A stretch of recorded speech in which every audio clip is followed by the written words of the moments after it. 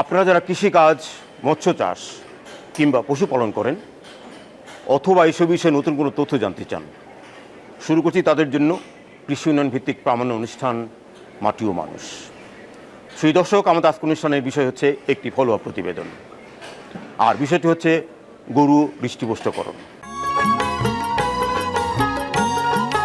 সাম্প্রতিক সময়ে প্রাণী সম্পদ অধিদপ্তরের গরু মোটাতাজাকরণে স্টেরয়েড বা হরমোন বিরোধী নানামুখী কার্যক্রম বাস্তবায়নের ফলে দেশের সিংহভাগ খামার সময় এখন নিরাপদ মাংস উৎপাদনে গবাদি পশু পালন করা হচ্ছে এবং অনেক প্রগতিশীল খামারই এখন তার খামারে পশুপালনের শতভাগ নিরাপদ খাবার ব্যবহার করছেন। রাজধানীর বাটারা অঞ্চলে অবস্থিত নর্থ বেঙ্গল ডেয়ারি খামার এর মধ্যে অন্যতম। বাটারা অঞ্চলে এই প্রতিষ্ঠানের যাত্রা শুরু হয় 2013 সালে। তখন থেকেই খামারে অর্গানিক উপায়ে শতভাগ নিরাপদ দুধ এবং দুগ্ধজাত পণ্য উৎপাদিত হচ্ছে।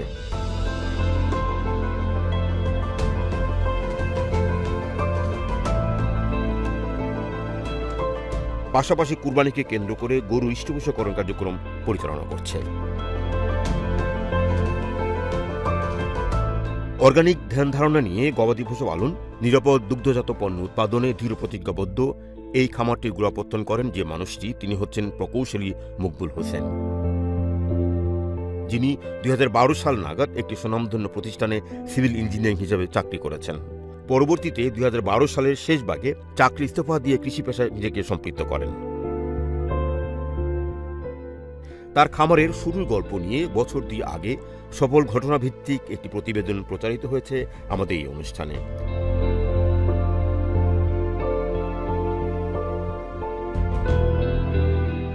তারই ধারাবাহিকতায় আমাদের আজকের ফলো আপ প্রতিবেদন। এতে আজ দেখবেন সেই খামারের বর্তমান উন্নয়নের চালচিত্র। তবে শুরুতেই আমরা কথা বলবো খামারের প্রতিষ্ঠাতা ইঞ্জিনিয়ার মকবুল হোসেনের সঙ্গে।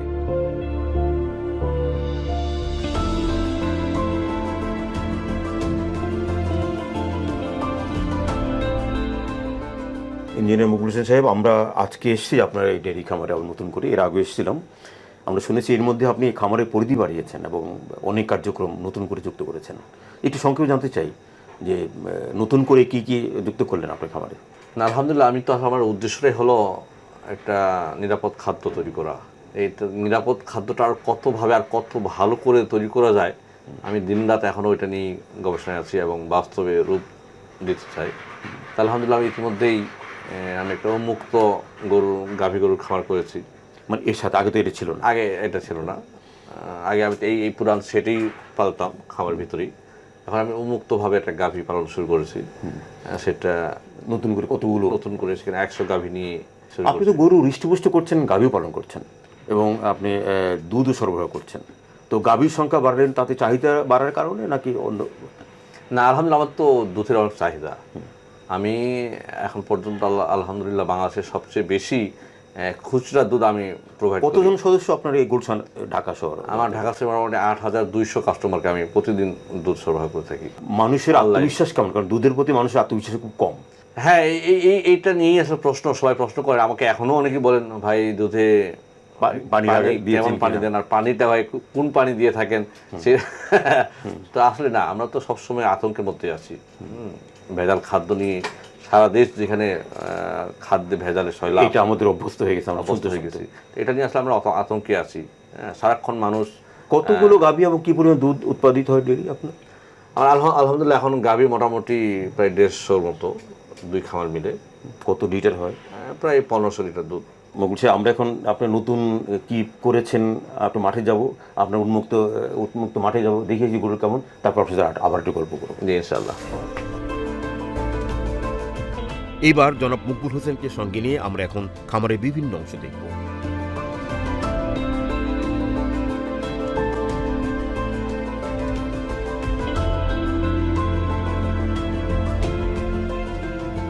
আপনি তো বহুদিন ধরেই এই খামার করেছেন, ক্রমান্বয়ে আগ্রহ কি বাড়ছে কাস্টমারদের? আলহামদুলিল্লাহ বাড়তেছে এবং জেনুইন খাদ্য, যেটা জেনুইন খাদ্য, মানুষ এখন মানে খাদ্যের যে একটা নিরাপত্তা নিশ্চিত চায়, যে এই খাদ্যটা জেনুইন খাদ্য, কোনো ভেজাল নেই বা খারাপ কিছু নেই। যদি মনে হয় তাহলে ওনার 2 টাকা বেশি দিয়েও কিনতে চায় সবসময়। আমার এইখানে আমার যে কাস্টমারগুলো প্রায় আজকে 5-7 বছর ধরেই ওনারা গরু নেন, তো ওনারা মোটামুটি আস্থায় নিচ্ছেন যে আমার এখানে খারাপ কিছু করি না, ন্যাচারাল পরিবেশে রাখি, ঘাস খাওয়াই, খড় খাওয়াই, সামান্য দানাদার খাওয়াই।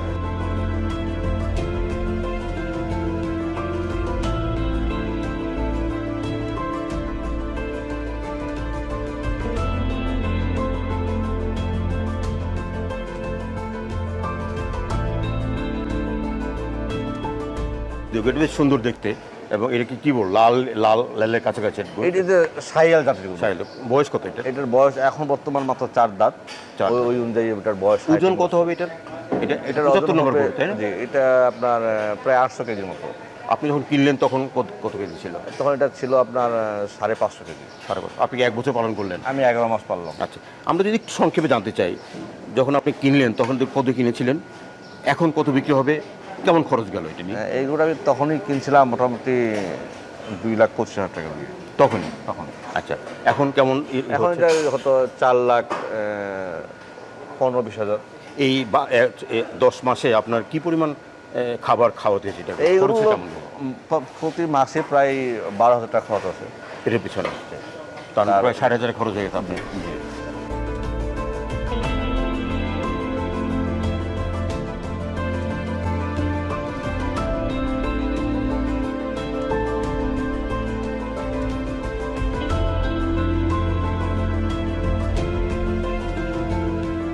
শুনলেন, আপনার এই খামারে আপনারা নানা বয়সের গরু পালন করছেন। জি জি আমরা দেখতে পাচ্ছি ছোট বড় সব মিলিয়ে। জি জি।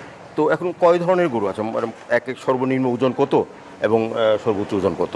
আমাদের এখানে সর্বনিম্ন আছে 130 কেজি, সর্বোচ্চ আছে 700 কেজি। আচ্ছা, আমরা শুনে থাকি যে ঢাকা শহরে এটাই সবচেয়ে নিরাপদ মাংস উৎপাদনের প্রধান ক্ষেত্র, সবাই জি, বলে জি, থাকেন। জি, জি। তো নিরাপদ খাদ্য করার জন্য আপনারা কি কি উপাদান ব্যবহার করেন? নিরাপদ খাদ্যর জন্য আমরা মনে করি যে, আমার কাছে মনে হয় যে সারা বাংলাদেশের ভিতরে আমরা এই নর্থ বেঙ্গল ডেয়ারি ফার্ম, যেখানে কি কি খাবার দেন? সেখানে আমরা গম খাওয়াচ্ছি, একদম ন্যাচারাল গম, একদম গম, ভুট্টা খাওয়াচ্ছি, তারপর আমরা হচ্ছে খেসারি খাওয়াচ্ছি। আমাদের এখানে নিজস্ব সরিষার তেল উৎপন্ন করি, সেখান থেকে যে খুলতে পারতেন, হ্যাঁ। খোলটা আমরা খাওয়াচ্ছি, মানে একদম শতভাগ খাঁটি অর্গানিক যেটাকে বলে। আমাদের এই উপাদানগুলো ব্যবহার করলে কি আমরা একটা গরুকে শতভাগ নিরাপদ মাংস বলতে পারবো? অবশ্যই, কেন বলবো, আমরা এখন দেখেন, আপনি এখন প্রযুক্তির যুগে বিভিন্ন ফিড কোম্পানি যারা গোখাদ্য তৈরি করতেছে, বিভিন্নভাবে তৈরি করতেছে, কিন্তু আমরা কিন্তু কোনো 1% খাবার আমরা খাওয়াচ্ছি না। আমাদের এখানে গম, ভুট্টা, খোল, খেসারি, আমাদের এখানে মেশিন আছে, আমরা নিজস্বভাবে আমরা এগুলো মেশিনে এগুলা ভাঙিয়ে বিভিন্ন রেশিওতে আমরা সমন্বয় করে আমরা তারপরে এগুলা বডি ওয়েট অনুপাতে আমরা এগুলো খাওয়াচ্ছি। তাতে আপনারা যে গরু আপনার মোটা তাজা করছেন, পুষ্টিকর করছেন, এটা কতদিন পালন করছেন আপনারা? এক ঈদ থেকে আরো ঈদ পর্যন্ত? জি জি জি। তাহলে এই গরুটা যদি আমরা বলি, এটা কি জাত? এটা হচ্ছে শাহিওয়াল। শাহিওয়াল। এটা কত ওজনের আপনারা মানে ক্রয় করেছিলেন? এটা যখন আমরা কিনি তখন এটা এটা ছিল, কি এই গত বছর কিনেছিলেন? যে গত বছর ছিল। কত ওয়েট ছিল? গত ওয়েট ছিল, এটার মেবি ওয়েট ছিল 200। এখন কত হবে? এখন এটা ওয়েট হবে আপনার 450। সোহেল সাহেব, আপনাদের এখানে আমি দেখতে পাচ্ছি যে গরুর নাম্বার দেওয়া আছে 110, 111 এরকম। জি জি। এই নাম্বারগুলো আপনারা ডাটা কিভাবে মেনটেন করেন এগুলো? এগুলো ডাটা মেনটেন করে আমাদের এগুলো সফটওয়্যার এন্ট্রি করা আছে। প্রতিটা গরুর আমাদের সফটওয়্যার এন্ট্রি, আমাদের ডিজিটাল যুগ, আমাদের এখানে সফটওয়্যার এন্ট্রি করা আছে। আমাদের এখানে তার মানে একটা গরুকে আপনি কি ব্যবস্থাপনা সব এখানে? সব এখানে আছে, গরুর বয়স, গরুর দাঁত, তারপরে গরুর মানে সব কিছু আমাদের সফটওয়্যার এন্ট্রি করা আছে। এইখানে দেখতে হচ্ছে আরো ছোট গরু। জি। তো এটা কি একই সময় কিনছিলেন না আগে কি কিনছিলেন? এগুলাও ওজন তখন ছিল, যখন আমরা এটা যখন ক্রয় করি তখন এটার ওজন ছিল আপনার এগুলো বাছুর কেনা হয়েছিল আর কি। আচ্ছা, ছোট। তার মানে ওই গরুটার বড় ছিল, একটু বড় ছিল, এটা ছোট ছিল। এগুলো একটু ছোট ছিল আর কি। ওই যে পাশে আরো দেখেন, ওগুলো আমাদের নর্থ বেঙ্গল থেকে কালেকশন করে আমাদের ফার্মে গরু আছে। তাহলে এই মুহূর্তে নর্থ বেঙ্গলের যে যারা ভোক্তা অনেক আগ্রহ, তার নিরাপদ খাবার হিসেবে কোনো ধরনের কমপ্লেন কি আছে নিরাপদ খাবার হিসেবে আপনাদের? না, আমাদের এখানে প্রায় 1 যুগ হলো আমাদের প্রতিষ্ঠান এখানে রানিং আছে। এর ভিতরে আমাদের প্রায় 9,000 কাস্টমার আছে, 9,000 গ্রাহক আছে। 9,000 গ্রাহক, তারা প্রায় এমনও কাস্টমার আছে 1 যুগ আমাদের কাস্টমার, 1 যুগ থেকে আমাদের এখানে বিভিন্ন প্রোডাক্ট আমাদের এগুলো খাচ্ছে, দুধ খাচ্ছে, তারা হচ্ছে আমাদের এখানে আপনাদের সম্পৃক্ত। তার মানে নিরাপদ খাবার তারা পাচ্ছে বিশ্বস্ততার সঙ্গে। জি জি।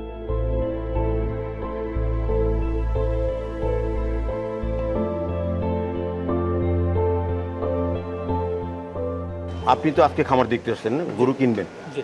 আচ্ছা, তো আপনার নাম কি? আমার নাম মোহাম্মদ রুবেল মিয়া। আপনি কোথেকে আসছেন?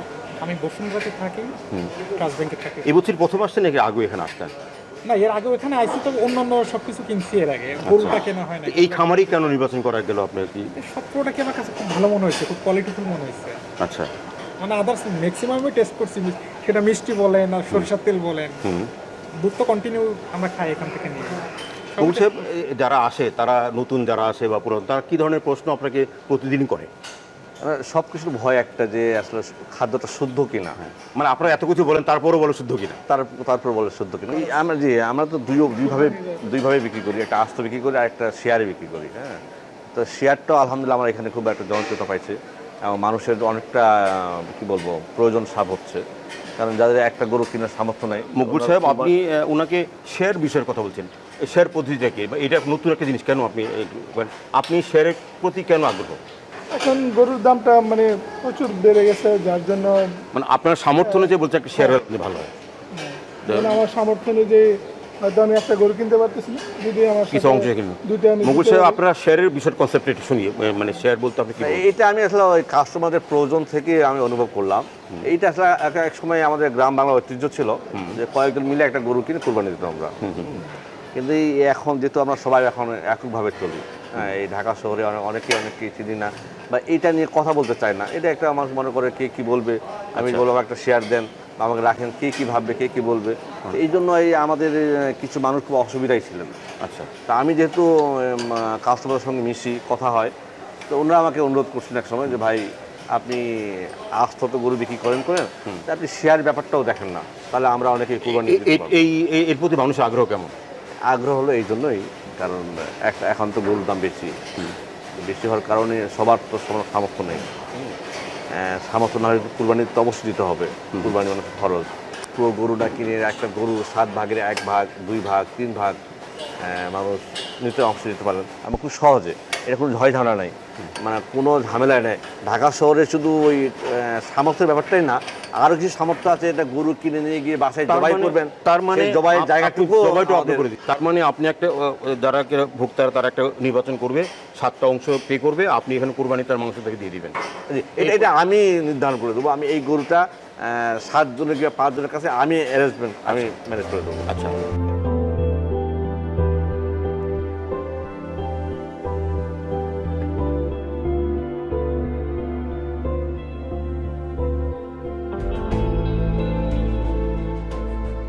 গরুকে আমরা সকালবেলা যে খাবারটা দিই, দুধ দোয়ানোর পরে আমরা দানাদার খাবার দিই। দানাদার খাবারের মধ্যে থাকে ছোলা ভাঙা, আমাদের আস্তা ছোলা ভাঙা, যেটা ভাঙা এখানে গম, ভুট্টা, খেসারি, তারপরে চিটাগুড়, এসব মিলে খাওয়াই গোসল টোসল করায় ঘাস দিয়ে ছাড়ে দিই। তারপর বিকালবেলা আবার দুধ দোয়ানোর আগে খড় দিই। খড় দেওয়ার পর দুধ দোয়ানো হয়ে গেল, ফ্লোর টুলোর পরিষ্কার করে সন্ধ্যায় আবার ঘাস ভুসি খাওয়াই। ভুসি বলতে ওই যে আজ সকালে যে খাবারটা দিই, আস্ত গম, ভুট্টা, ছোলা ভাঙা এসব। আবার সবার শেষে সন্ধ্যাবেলায় ঘাস দিয়ে দিই।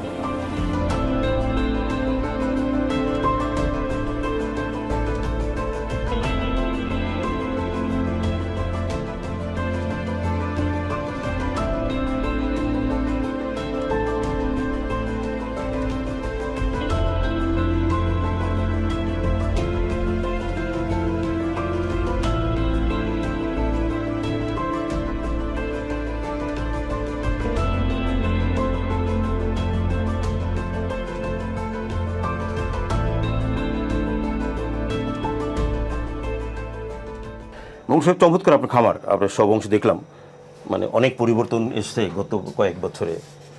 তো এখন নতুন করে আপনি তো অনেক চ্যালেঞ্জের মোকাবিলা করছেন, যেখানে অনেক পানি, আশেপাশে অনেক নর্দমা, সব কিছু চ্যালেঞ্জগুলোকে আর নতুন করে ভাবনার কি আপনার খামারটাকে নিয়ে? আমি মূলত যেখানে নতুন করে খামার করলাম, একসময় তো ওখানেই চলে যাব, ওখানে ভালো একটা পরিবেশ আছে। আচ্ছা, পরিচ্ছন্ন, মানে এখান থেকে শিফট করবে? এখানে শিফট করবো। এটা ঢাকার ভিতরে ঘনবসতিপূর্ণ, আসলে গরুকে যেন উন্মুক্ত আর আবহাওয়া লাগে, রোদ বৃষ্টি পরিবেশ সবগুলো যেন সুন্দর হয়।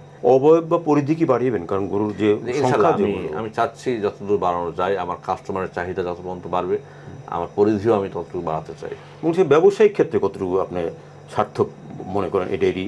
না, আলহামদুলিল্লাহ, আসলে আমি তো 4টা গরু দিয়ে শুরু করেছিলাম। 4টা থেকে আলহামদুলিল্লাহ আমার এখন প্রায় 400 গরু। সব মিলে। অনেকেই তো বলে ডেইরি খামার মানে লোকসান গুনতে হয়, আপনি কি লোকসান গুনছেন এরকম? না, এখানে হলো কি, আসলে আমরা তো অনেক মনে করি শুধু অন্যান্য ব্যবসা বাণিজ্যের মতো কিছু টাকা দিয়ে কিছু একটা শুরু করে সাজিয়ে দিলাম হয়ে গেল। না, এখানে আপনার নিজে থাকতে হবে, গরু নিয়ে ভাবতে হবে, গরুর কাছে থাকতে হবে আপনাকে। হ্যাঁ, নিজে না থেকে এই ব্যবসা করা যাবে না। একটা ভাইটাল প্রশ্ন আপনাকে করি, কারণ আমাদের দেশের ইদানিং সব গরু খামারে বলে যে আমি নিরাপদ খাদ্য উৎপাদন করছি, নিরাপদ মাংস উৎপাদন করছি, আমি নিরাপদ, আমি নিরাপদ। এই যে নিরাপদ সংজ্ঞাটা, এটা তো একটা বিস্তৃতি ব্যাপার। তা আপনার কাছে কি মনে হয় নিরাপদ কোন মার্জিনে গেলে নিরাপদ আমরা বলবো? আমরা এটা আসলে আমরা গরুটাকে কি খাওয়াচ্ছি, কি পরিবেশে রাখতেছি, এটা বড় একটা ব্যাপার নির্ভর করে এরপরে।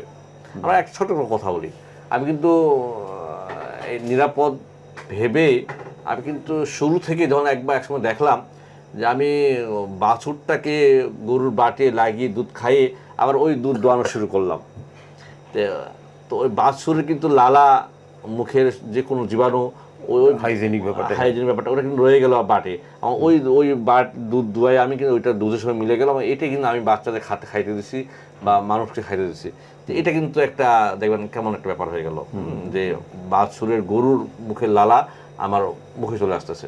তো এটা কিন্তু আমি আজ থেকে প্রায় 7 বছর আগেই বুঝতে পেরে এটা কিন্তু বাঁধছিল না।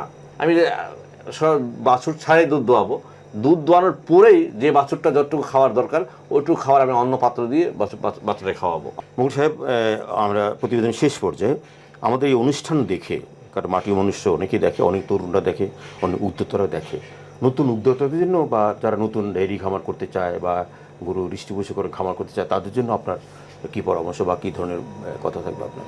না, আমি একটু ক্ষুদ্র মানুষ, আমি বড় পরামর্শ দিতে চাই না। তো আমি যে আমার যে জীবন থেকে যেটা আপনি যে লার্নিং পেয়েছেন, লার্নিং সেটাকে বলবো, আমি যারা খামার করতে চান বা করতেছেন, নিজেরা সময় দিন খামারে, আপনাদের সততাকে প্রাধান্য দিন এবং ধৈর্য ধরে থাকতে হবে। আপনাকে কেউ যে অনুকরণ করতে চায় অনুষ্ঠান দেখে, আপনাকে খামারে সরাসরি পরিদর্শন করতে পারবে, ভিজিট করতে পারবে? যে কোনো বাধা নেই, আমার এখানে দিন রাত খোলা থাকে, যে জানতে চাই আমি নির্দ্বিধায় বলি।